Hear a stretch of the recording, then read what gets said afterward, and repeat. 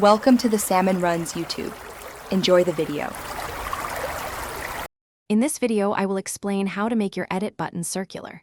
First, let's set up our basic button. You'll need a simple HTML button element. Then, we'll add some foundational CSS, like a background color and text styling, to get it looking good.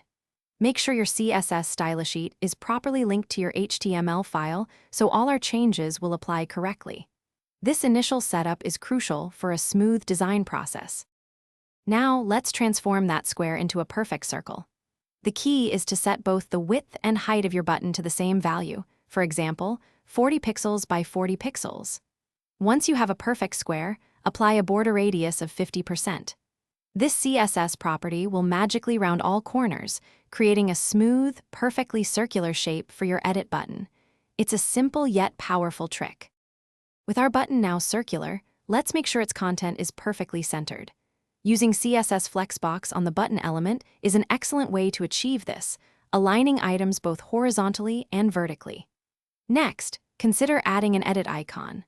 Libraries like Font Awesome offer a wide selection.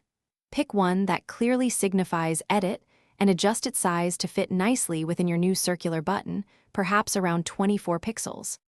To make your circular edit button more engaging, let's add some interactive hover effects.